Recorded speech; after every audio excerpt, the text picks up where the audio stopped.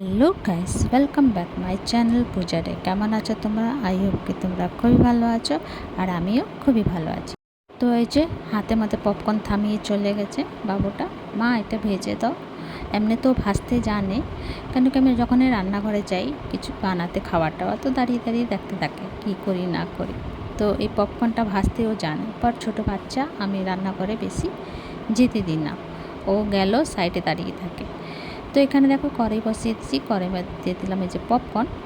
তো এটা চলো এটা ফুটুক, ঢেকে দিলাম একটু নাড়াচাড়া করে। তারপরে একটা বাসন নিলাম, নিয়ে নেব আমি ময়দা।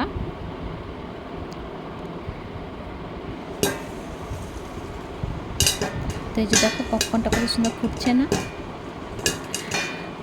পপকর্নের ফোটার আওয়াজটা খুবই ভালো লাগে। তাই ময়দার মধ্যে আমি দিয়ে দেবো একটুখানি নুন, আর এই যে ময়াম দিয়ে দেবো। ভালো করে ময়াম দিতে আছে, ভালো করে ময়ামটাকে মিলিয়ে নিতে আছে। তো এই যে দেখো এইভাবে ময়ামটা দিয়ে দেবো, এইভাবে দেবো।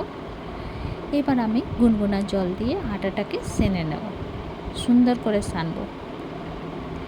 বেশি নরম না, বেশি টাইট না, মিডিয়াম।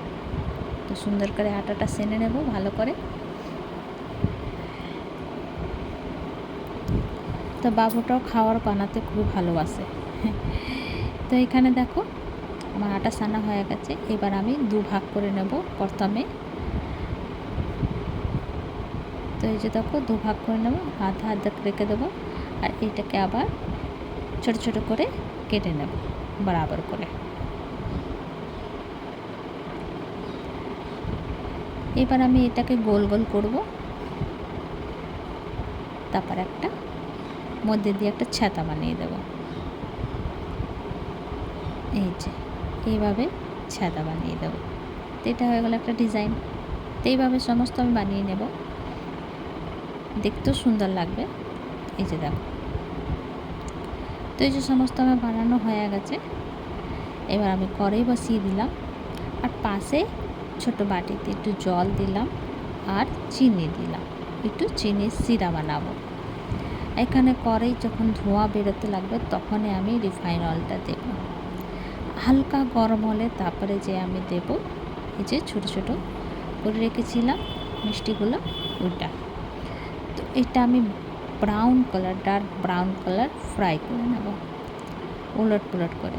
তো আমি প্রথমে খুন্তি দিয়ে নাড়াচাড়া করব না, কেন কি এটা একটু ফুলে হালকা, তাই জন্য নাড়াচাড়া করব না। এটা হালকা ফুলে যাবে, তারপরে উলট পুলট করে দেব। তো যে দেখো এবার উল্টিয়ে দেব, লাল লাল করে মানে ব্রাউন করে ফ্রাই করে নেব। আমার বাবুটা খাবার খেতে যেমনি ভালোবাসে, অমনি ও দাঁড়িয়ে দাঁড়িয়ে খাবার দেখতেও ভালোবাসে। ও যখন চুনটা দেখে খাবার পট করে দিমাগে বসে যায় আর শিখে নেয়। তো বলে মা আমি বানাবো না। বাবা তো ছোটো, মাত্র 6-7 বছরে হয়েছে না। তো এই যে উলট পুলট করে ফ্রাই করে নেবো। এখানে চিনি শিরাটা নাড়াচাড়া করতে থাকবো, আর দিয়ে দেবো একটা এলাচ ফাটিয়ে। তো এখানে দেখো ব্রাউন কালার হয়ে গেছে সুন্দর। এবার আমি নামিয়ে নেব এই যে। আর এখানে চিনি সিরাটা নাড়াচাড়া করতেই থাকবো, আর উপরে যে বেরোবে ফেনাগুলো একটু ফেলে দেবো। তো এই যে চিনি সিরা আমার রেডি হয়ে গেছে, আর এখানে এটাও রেডি হয়ে গেছে। এবার চিনি সিরাটাকে এটার উপরে দিয়ে 5 মিনিট তক রেখে দেবো আমরা, তারপরে আমি প্লেটিং করে নেব। তো এই যে দেখো আজকে একটা নতুন রকমের মিষ্টি বানালাম। তো তোমাদেরকে আমার ভিডিওটা কেমন লাগলো? ভালো লাগলে প্লিজ লাইক শেয়ার কমেন্ট করো, সাবস্ক্রাইব করে দিও। আবার নতুন ভিডিওর সঙ্গে দেখা হবে। তো তোমরা সবাই ভালো থেকো, সুস্থ থেকো। ভিডিওটা কেমন লাগলো কমেন্ট করে নিশ্চয়ই জানিও। আবার ইউটিউব দিয়ে দেখো তো সাবস্ক্রাইব করে দিও, আর ফেসবুক দিয়ে দেখো তো ফলো করে দিও। অ্যাপি বলছিলাম। তো চলো ভিডিওটা এখানে শেষ করছি। Bye bye, take care.